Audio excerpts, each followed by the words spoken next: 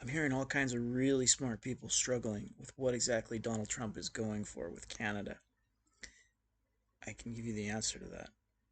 Let's rewind a bit. The United States is switching from supporting an international global order in which the largest military in human history backstopped um, international law and international trade all around the globe.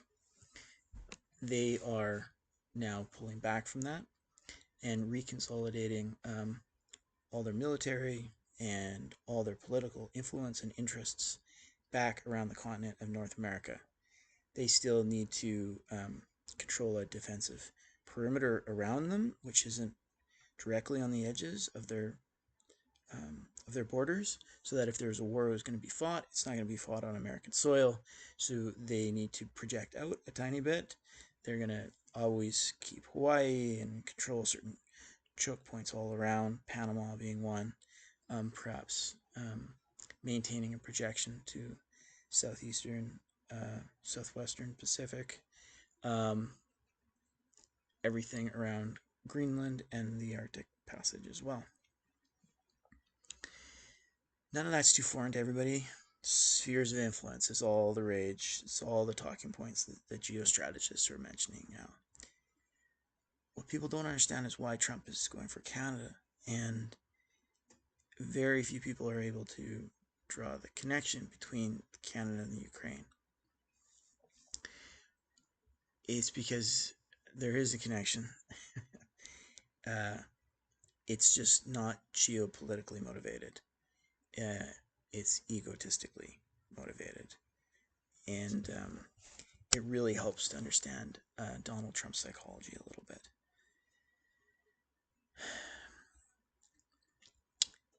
Russia is trying to assert their own spheres of influence and to create a defensive,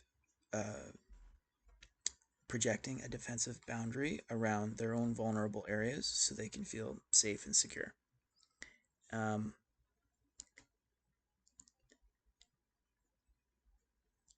Ukraine is a key part of that. It's only one of many, but it's one they weren't expecting to get bogged down in. And if they fail to really get it sorted out in a meaningful way, it will either fundamentally undermine Vladimir Putin domestically or internationally with some other competing rising power. Might not be today, might not be tomorrow, might not be in 10 years, but down the line as the Russian demographics implode, it will inevitably happen, and they know this, and they're willing to sacrifice a tremendous amount of resources, political capital, and Russian people and non-Russian people to achieve it. Enter Donald Trump. Who knows where the original relationship began between Trump and Putin? Rumors are swirling that it must have stretched out to Trump's flee to Russia for financial support during one of his periods of bankruptcy. But there's generally a building consensus, it appears, in the international community that Donald Trump is either directly or indirectly compromised by the Kremlin, which is just wild. But it makes sense to explain his interest in Canada. What we have is a superior military power trying to assert their sphere of influence in Europe. Russia's attacked Ukraine, and Donald Trump has excused it at every turn, basically, that he could. Why? Because it's going to excuse him doing the same to Canada. Time and time again, we're watching Donald Trump borrow from the Vladimir Putin playbook about how you deal with a weaker military neighbor that just needs to be yours under any circumstances necessary. Why Canada? It's the second largest landmass in the world. It provides 90% of energy exports into the United States. It has the largest reserves of oil in the world. It has the most amount of fresh water in the world. It provides something like 70% of all the fertilizer for all the farming in the United States. Let's not forget that the United States is an agricultural superpower, except they've overtilled their fields. They rely on the infusion of fertilizer to put nutrients in that allows things to grow. Without that, they don't eat. Canada also has uranium. Canada is a resource superpower.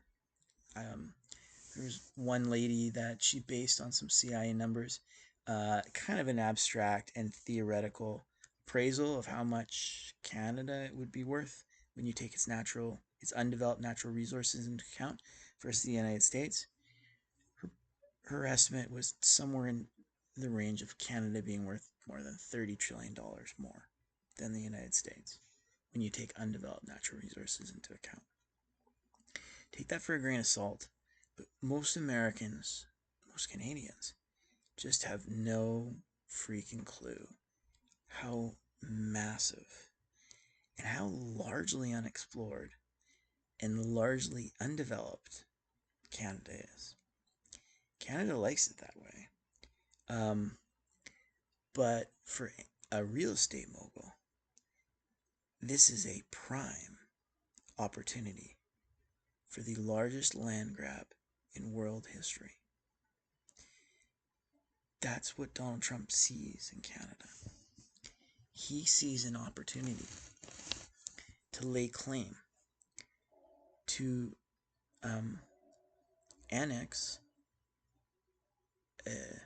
the largest piece of land that's ever been annexed in world history.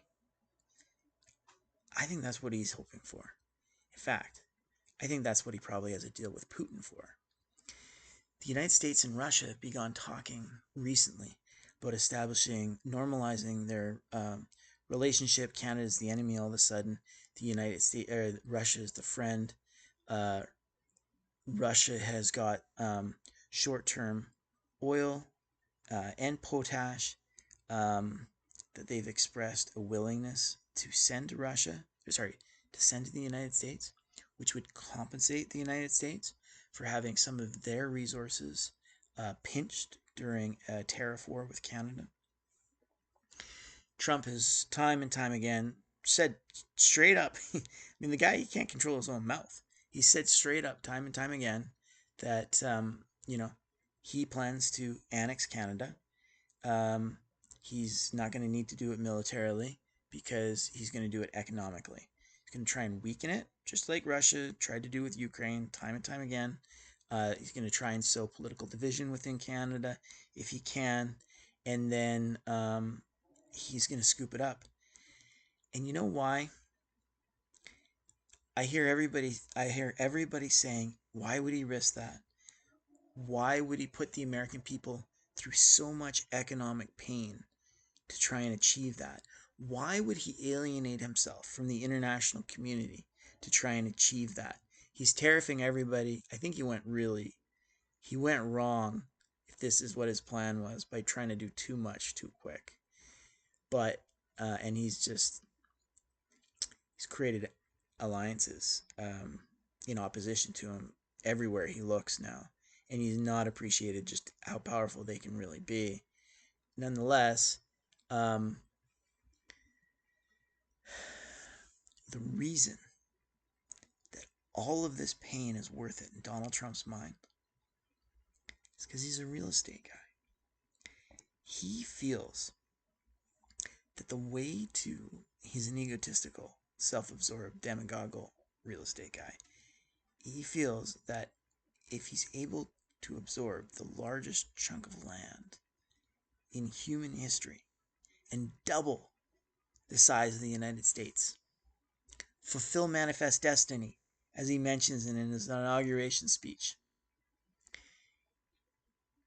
he will go down as the greatest president in American history. And Elon Musk, you ask, what does he get as a result of being somewhat or fully party to this. Elon Musk has to go to Mars because Elon Musk thinks that if humanity doesn't make it to Mars, we're going to end, and he's here to save us. Elon Musk will do anything to go to Mars. That's the plan. That's the deal. That's the devil's bargain that exists in the background of all this. Putin gets Ukraine. Donald Trump gets Canada.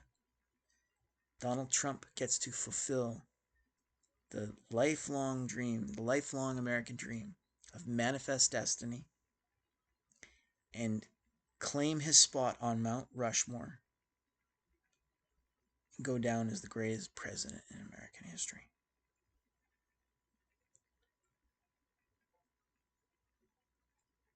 Canada's not going to let that happen. But that's what Donald Trump thinks he's doing.